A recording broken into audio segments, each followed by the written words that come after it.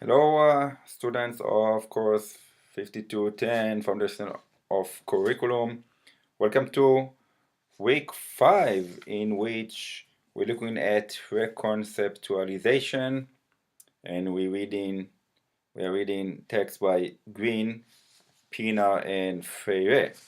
Um, Not easy text, I would say, especially uh, for Greene, but I believe very interesting text, and very important, as those texts or conceptualization in general, a movement that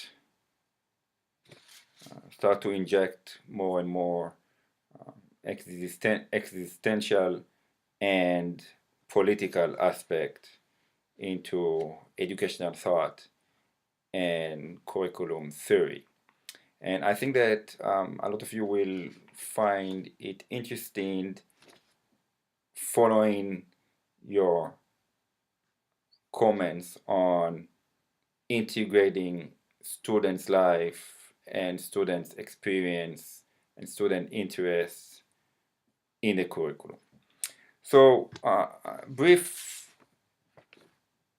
several comments on each of the texts, which all of them are from the 70s. So we are moving up the 20th century. So Maxine Greene, her piece is from 1971, and she stresses the salience of personal experience in how students interact with the curricula. She believed that existing schools programs are largely irrelevant to those uh, experiences of students, and irrelevant to the what we can call existential desire for for meaning and meaning making. So her piece, at least the first part, is very philosophical, and she's doing a distinction between um, the continental philosophy and the existential or phenomenology type of philosophy, and she dwells into um, some aspects of existential philosophy and phenomenology, phenomenology, and later um, she's turning more into curriculum. So she lays out several philosophical terms, and then she's using them for curriculum. She actually makes an analogy between um, literature critique and work of literature as it is seen in some existential thought, and making the analogy to what needs to happen in curriculum. And she emphasizes notions of action and and experience and existential desire and meaning. And I believe that this can be seen as a source for experiential learning, but it goes beyond, and even much beyond. Like Freire, she's talking about praxis, and also like him, uh, she takes the literature aspect as central for her analysis. So this is Maxine Greene, and actually one of the two themes in this week focuses on her existential grounded curriculum. And um, what I'm asking you is to use her text in order to explain how a curriculum in a particular subject matter that you will choose how it can be existentially open for and inviting students uh, meaning making. So you can talk about the curriculum itself, but you can also address the curriculum teaching relationship in this particular subject vis-a-vis uh, Greene's, Greene's article.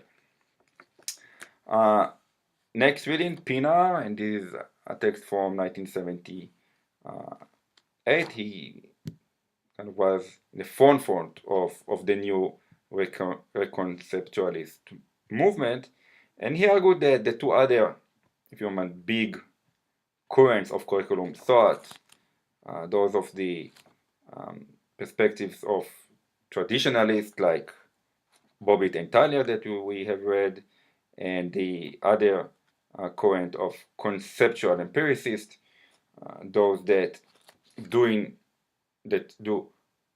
curriculum or think about curriculum theory in terms of social science perspective, saying that these two other perspectives are inherently incomplete, and what is missing in them, and this is the conceptualist movement,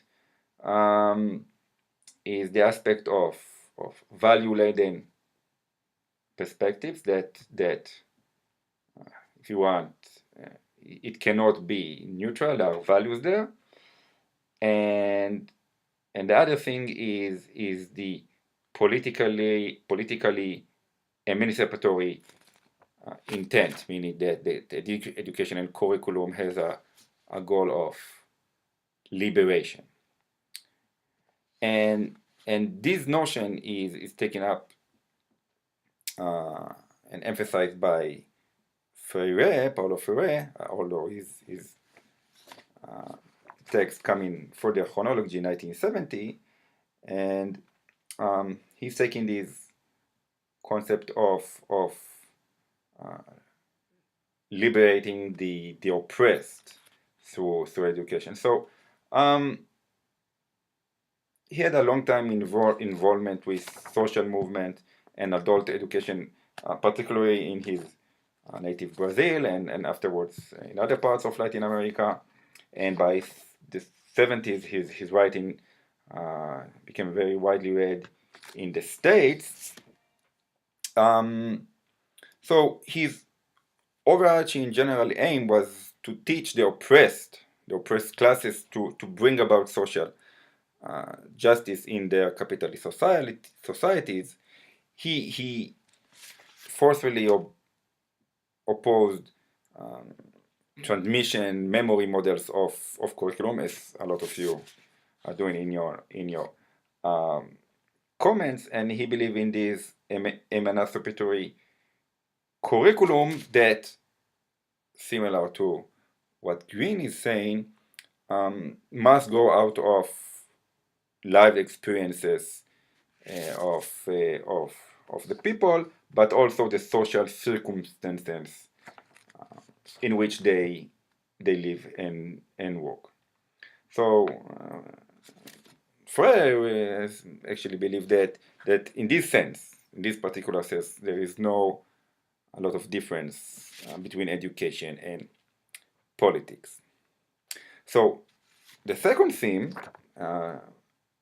reconceptualization, reconceptualizing the curriculum, here following Freire's focus on literacy for oppressed classes and his use of elements like generative words, vocabulary, reading.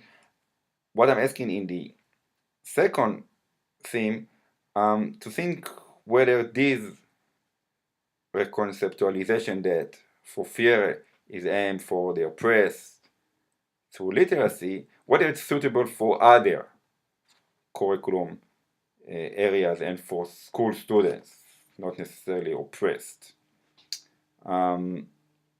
So do you think that we can take this reconceptualization and apply it to other educational contexts? Tell me why you think yes, tell me why you think no. If you think it is, how would you use this reconceptualization for a specific subject matter? If not, explain why you think that Freire, his educational, political, social theory is not suitable for educational adaptation. So you have a lot of reading to do, and also starting to think and work on the upcoming assignment. As I said, you will get more information about it regarding the due date soon. So enjoy your reading, enjoy your work this week, the week before the break, which is much needed. And I will see you as usual on the discussion pages. Bye bye.